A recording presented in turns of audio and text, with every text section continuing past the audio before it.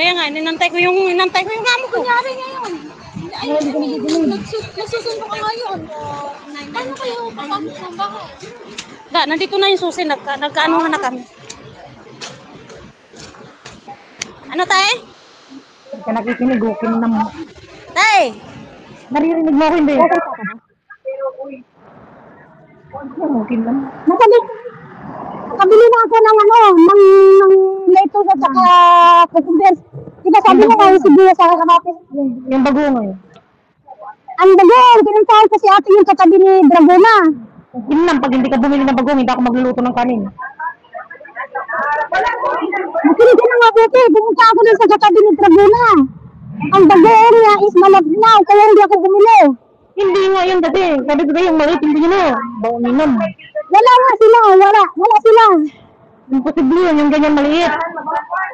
Wala nga. So, hindi na ako magpirito ng isda. Bag na, pinanam. Wala nga, pinunta mo ako doon. At magtanong ka pa, punta ako doon. Kaya nga, di walang bagong, di wag na tayo magpirito ng, hindi na ako magpirito ng isda, hindi na rin ako magsaing. Bibili na lang tayo dyan sa labay. Bibili na ako ng gulay. Gulay, yung litis yan.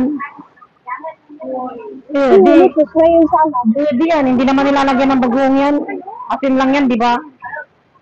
Kasi ang gusto ko may bagoong kasi magdadala ng kamatis, magdadala ng sibuyas, tapos magpirito ako ng isda. Kanin, pag walang bagoong, wag na. Ayoko, walang sausawan. Bumili na lang tayo ng ibang bagoong. Inam, hindi masarap yun. Wala nga doon kasi nga anak na yung ano nila. Hindi, wala nga akong cellphone talaga hindi ako nakaano sa iyo. Tingnan mo, malab na yung bagoong nila. Sabi ko, bibili na lang ng ibang bagoong. Di sana yun na lang binili mong garod. Inam. Tapos ngayon sasabihin mo, mabili na lang ng ibang bagoong. Bili na lang, bibili mo na. Bibili na lang ako doon sa Sikmon, kung meron.